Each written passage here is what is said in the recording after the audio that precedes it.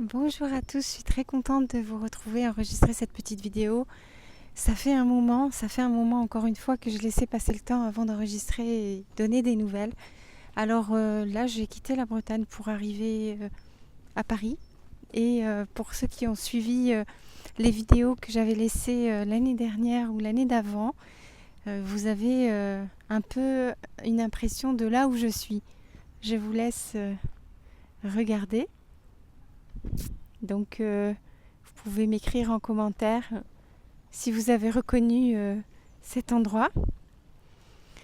Je laisse un petit peu le suspense. En attendant, si toi tu viens d'arriver sur cette chaîne que tu ne connais pas et c'est par hasard, t'es vraiment le et la bienvenue.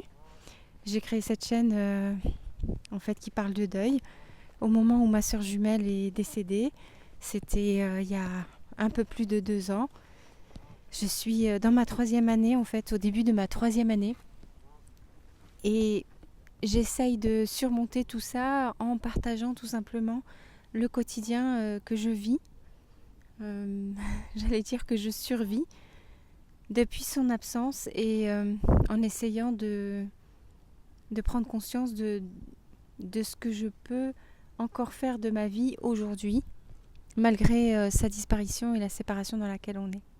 Donc si tu as envie de m'écouter, de me suivre, de me soutenir, je te remercie. Et à ce moment-là, tu peux bien sûr t'abonner à cette chaîne et tout simplement suivre un petit peu les vidéos ou regarder celles qui ont déjà été postées les 2 premières années. Tu verras que j'ai vraiment eu un deuil assez spécial parce que je suis assez nomade.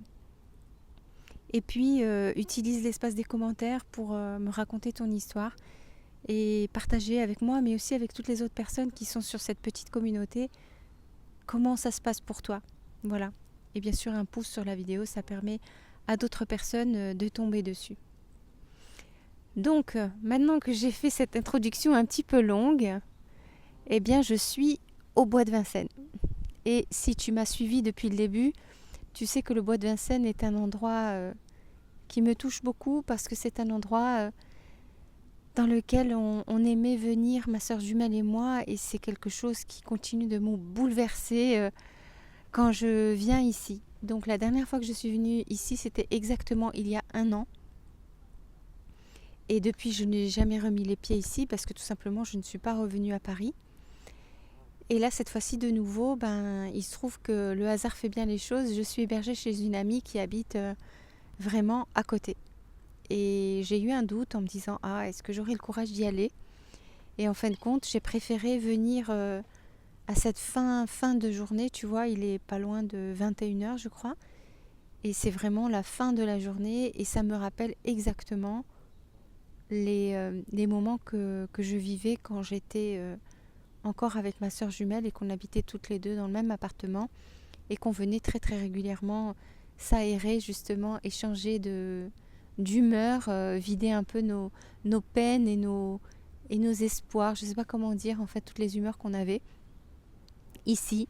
Mais je sais que ma sœur adorait, elle était complètement folle, elle adorait regarder les canards. Là, je ne sais pas si tu vois juste. Attends, je parle ici avec le micro, mais voilà, c'était donc ok, c'était tout type de volatiles. Ma sœur adorait ça. Donc il y a pas mal d'oies, de canards, de toutes sortes de choses qui vivent en fait sur l'eau ici. Donc c'est vraiment un milieu qui est très très reposant en fin de journée ou alors tôt le matin ou encore quand c'est le plein milieu de la semaine parce qu'il n'y a pas forcément beaucoup de monde qui vient à cet endroit-là. Donc c'est vraiment des moments privilégiés. Et pour toutes les deux, quand ma sœur était encore là, c'est vrai que ça nous rappelait tous les voyages qu'on avait pu faire, pendant nos études et autour de nos études, parce que toutes les deux, on a vraiment œuvré pour la sauvegarde des... Il y avait un moustique pour la sauvegarde des animaux et de la nature. Et c'est vrai que quand on revient ici, à chaque fois, on se reconnecte au rythme de la nature, au rythme des animaux, au calme, alors qu'en fait on habite en pleine ville, ici à Paris. Donc voilà, finalement, ce qui se passe, c'est que revenir ici sans elle, c'est forcément très très douloureux. Et surtout, de penser qu'il n'y a plus de capacité maintenant de nous revoir et de repartager ces moments ensemble. Je suis un peu embêtée parce que j'ai des moustiques qui m'ont piqué. Je fais des réactions à chaque fois que j'ai un moustique qui me pique. Donc je vais essayer de supporter ça. Mais voilà, je suis très très très contente de passer ce moment avec vous parce que c'est vraiment quelque chose de tellement, tellement doux, de tellement plein d'amour, plein de sérénité, de quiétude, de sécurité. Je ne sais pas comment dire, mais c'est un ensemble de choses qui sont hyper, hyper agréables. Et pour le moment, j'essaye de ne pas penser à la réalité. J'essaye juste de me connecter à cette vibration d'amour et à ces souvenirs que j'ai. En fait, c'est des souvenirs qu'on a toutes les deux, mais il n'y a que moi qui les exprime aujourd'hui. Et il n'y a que moi qui les vis ici, dans cette incarnation humaine, maintenant, aujourd'hui. Ça, c'est vrai que c'est pas quelque chose de facile à vivre. Voilà, donc j'ai pas énormément progressé. On peut pas dire que j'ai vraiment progressé dans ma capacité à vraiment accepter le deuil et la séparation. Mais ce moment d'intimité, j'avais envie de le partager avec vous. Parce que je suis sûre que chez vous aussi, dans ce que tu as traversé toi, tu as eu ces moments de privilégiés où tu te retrouvais avec le défunt que tu as perdu. Et ces moments-là valent de l'or. Ils font très très mal parce qu'ils n'existent plus. On sait qu'ils ne pourront plus se reproduire. Et en même temps, ils font énormément de bien parce que dès qu'on se met dans cet endroit-là, c'est comme si on s'immergeait de nouveau dans un véritable bain d'amour en fait.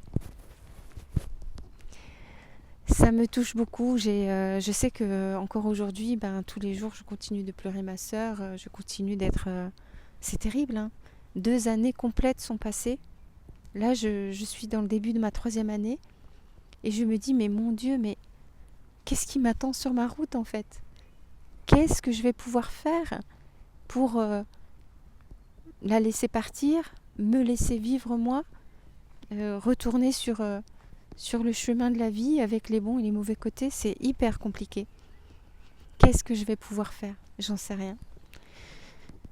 C'est vrai que revenir comme ça dans la nature et marcher un petit peu et se retrouver avec soi-même et donc avec mes souvenirs et quelque part avec ma sœur, j'aimerais bien qu'elle soit là et qu'elle me dise bon allez Kenza, et pourquoi pas ça ? Et pourquoi pas ça ? Et qu'est-ce que tu penses de faire ça ? Et moi j'ai envie de faire ça. Et comment est-ce que je peux arriver à faire ça ? C'est toutes les conversations qu'on avait qui me portaient tellement loin. J'avais l'impression que le monde entier était accessible. Je pouvais rêver de toutes sortes de rêves et de me dire que j'allais les réaliser, les concrétiser. Et c'est vrai que la majorité du temps on le faisait, ma sœur et moi. On s'entretenait, on se soutenait, on s'encourageait, on rêvait, on créait, on était dans l'imaginaire et dans le concret à la fois. Et c'est vrai que c'était extrêmement stimulant. Et personnellement, je n'ai jamais vécu ça réellement à ce point avec quelqu'un d'autre dans ma vie. Je pense que c'est pas possible maintenant, puisque c'est ma sœur jumelle qui a été capable d'avoir ce rôle avec moi et de m'aider à vivre des moments comme ça. Et moi, j'ai été ça pour elle aussi. Et maintenant, je me dis, c'est à l'intérieur de moi en fait. C'est complètement à l'intérieur de moi, il faut que je l'accepte. Et il n'y a que moi aujourd'hui qui suis vivante entre nous deux. Et donc dans ces cas-là, je sais que cette capacité à rêver, à créer, à imaginer, à vivre de cette façon-là, à concevoir, je l'ai toujours, hein, puisque je suis vivante. C'est juste que pour moi c'est plus difficile parce que j'ai pas de répondant. Je parle soit face à la caméra, soit toute seule. Bien sûr que je suis pas toute seule dans ma vie et que je parle à des gens, des vrais. Mais c'est pas elle, c'est pas ma sœur jumelle. Et donc dans ces cas-là, j'ai pas les réponses qu'elle aurait pu me donner. Et je me souviens que quand on marchait comme ça, il y avait ce côté waouh, on se recharge. Vous voyez, là par exemple derrière moi, il y a un soleil incroyable. Ça se voit pas bien là sur la caméra, mais en vrai, on voit vraiment les différentes nuances, toutes les couleurs. Il y a du rose, il y a du jaune, il y a du bleu, il y a du gris. C'est vraiment magnifique. Et en fait, on se rechargeait à fond. Et après, on rentrait chez soi et on se disait waouh, on a encore beaucoup de chemin à parcourir pour réaliser ce qu'on a imaginé, mais dans le bon sens du terme, quoi. Et c'est comme si on regonflait ses ailes. Je sais pas comment vous dire. Et quand on rentrait à la maison après, toutes les deux, on était comme rassérénées, rechargées à bloc et détendues. Ouais, c'est ça. Et ensuite, on se préparait un petit dîner toutes les deux. Et on aimait bien se faire plaisir. On savait ce qu'il fallait faire pour nous faire plaisir chacune. Et après, on allait se coucher et c'était tellement sécuritaire.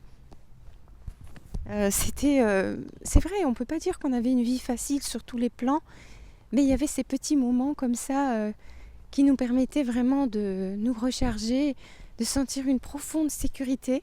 Parce qu'il faut savoir qu'on a quand même beaucoup souffert toutes les deux d'un déficit de sécurité affective qui est quand même assez difficile encore aujourd'hui à dépasser. Et quand on était toutes les deux, c'est un peu comme si on se gorgeait de sécurité affective l'une pour l'autre et aussi de sécurité tout court parce qu'on était ensemble. On avait l'impression qu'on fermait la porte de l'appartement et on était de nouveau dans notre bulle dans laquelle tout est harmonie. Et ce que je veux dire, c'est que tout est équilibré pour que... je sais pas comment dire ça. Déjà, je suis en train de me dire que je me demande si je ne me suis pas perdue. Ça se trouve, je vais continuer de marcher loin comme ça, mais c'est pas grave. Donc finalement, on fermait la porte de l'appartement et on rentrait dans notre bulle. Et ça, toutes les deux, on adorait ça. Alors après, on pouvait aller chacune dans notre chambre et dormir. Et on savait que l'autre était à côté. C'était merveilleux. Il y a comme une sensation d'infini, d'éternité, de moments qui ne s'arrêtera jamais. Parce qu'on passe des moments extraordinaires. Après, on dîne ensemble, on discute et on va se coucher, on dort. Et le lendemain matin, tu sais qu'elle est là. Et le pire de tout ça, le plus dingue, c'est de te dire que toi, tu as besoin d'elle. Mais elle a autant besoin de toi. Et qu'en fait, on est toutes les deux autant dans le bonheur d'être l'une avec l'autre. Et effectivement, ça pouvait durer un certain temps. Après, on reprenait le cours de notre vie, parce que bien sûr, on avait des obligations à l'extérieur. Mais il y avait ces moments-là où on pouvait se retrouver et se recharger complètement. C'est ces fameux moments de grands rêves. Quand on venait comme ça au bois de Vincennes, on a fait tellement de choses différentes autour du bois de Vincennes, autour du lac. On a eu les moments où on voulait faire du sport chacune. Donc ma sœur, elle aimait beaucoup courir, donc elle faisait beaucoup de courses à pied. Moi, j'étais moins... j'aimais pas trop ça. J'ai eu ma période où j'ai réussi à faire ça et donc je courais, je lui expliquais ce que je faisais. Elle était un peu mon entraîneur par rapport à ça parce que moi, c'était vraiment pas mon truc. Et par contre, je marchais, donc il y avait ce côté marcher régulièrement ou alors c'était pendant l'été quand il faisait tellement chaud et que des fois, on avait besoin de fraîcheur. Donc on venait carrément se mettre sous certains arbres. On aimait bien toujours les mêmes que je connais parfaitement bien. Et on prenait un peu l'air et on se rechargeait. Ou des fois, quand on n'était pas forcément ensemble, moi je venais avec un livre où je me posais et puis je regardais la végétation. Et tout ça, ça m'inspirait énormément en fait. Et je sais que ma sœur, elle aimait beaucoup regarder le lac et regarder, comme je vous dis, les oiseaux volants, c'est n'importe quoi, mais c'est tous les animaux qui vivent autour. Et c'est vrai que ça la rechargeait beaucoup, elle. Bref, on vivait vraiment en symbiose avec la nature qui était à proximité de chez nous. Et après, on reprenait le cours de sa vie. Et voilà, mais on avait ces moments de rechargement qui étaient incroyablement ressourçants en fait. Voilà, c'était merveilleux. Et c'est incroyable parce que je ne m'attendais pas à ressentir ça en revenant ici. Ça m'avait pas fait ça la dernière fois que je suis revenue. Bon, je vais être vraiment sincère avec vous. Je ne suis pas là, à l'endroit où ma soeur et moi on allait. Je ne sais pas si toi tu connais le bois de Vincennes à Paris, mais c'est très très grand, c'est extrêmement grand. Et il y a 2 lacs. Et là, je suis dans la partie où on n'allait jamais, parce que c'est la partie la plus éloignée de là où on habitait, donc on venait jamais ici. Donc il y a ce côté, je me souviens, il y a la même ambiance, c'est le même décor, mais c'est pas exactement le même endroit. Ce qui fait que je pense que grâce à ça, c'est un peu moins dur en fait. Ça me fait un peu moins mal et j'arrive à supporter le décor et finalement j'arrive à me connecter qu'à ce côté hyper agréable qu'on a vécu toutes les deux, qu'on a partagé, et je suis pas trop en train de vivre la souffrance. Mais bon, je vais pas quand même exagérer et tenter de me faire souffrir. Je vais arrêter cette vidéo ici. Je vous remercie, mais vraiment chaleureusement, d'avoir marché avec moi, d'avoir fait cette petite balade avec moi. C'est pareil, si tu as envie de laisser un commentaire, fais-le s'il te plaît. Parle-moi de ces lieux que tu as partagés avec l'être aimé et qui s'en est allé. Raconte-moi comment ça s'est passé pour toi. Est-ce que tu arrives à y retourner? Est-ce que tu arrives à le vivre? Et comment ça va aujourd'hui? Voilà. Je vous fais à tous et à toutes des gros bisous et je vous dis à très vite, je l'espère, pour une prochaine vidéo.